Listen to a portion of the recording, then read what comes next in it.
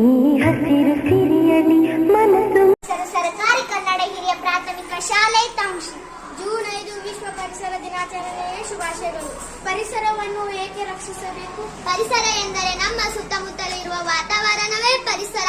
ಗಿಡ, ಮರಗಳು, ಮಣ್ಣು, ನೆಲ, ನೀರು, ಗಾಳಿ, ಬೆಟ್ಟ, ಗುಡ್ಡ ಇವು ನೈಸರ್ಗಿಕ ಪರಿಸರಗಳಾಗಿವೆ. ಊರು, ನಗರ, ಕಟ್ಟಡ ಮುಂತಾದವುಗಳು ಮಾನವ ನಿರ್ಮಿತ ಕೃತಕ ಪರಿಸರಗಳಾಗಿವೆ. ಸಕಲ ಜೀವರಾಶಿಗಳು ಪರಿಸರ ಬಿಟ್ಟು ಒಂದು ಕ್ಷಣವೂ ಬದುಕುವುದಿಲ್ಲ. ಮನುಷ್ಯವು ತಮ್ಮನ್ನು ಎಷ್ಟು ಸ್ವಚ್ಛವಾಗಿ ಇಟ್ಟುಕೊಳ್ಳುತ್ತಾನೆಯೋ ಅದಕ್ಕಿಂತ ಹೆಚ್ಚು ಪರಿಸರವನ್ನು ಸ್ವಚ್ಛವಾಗಿ ಇಟ್ಟುಕೊಳ್ಳಬೇಕು.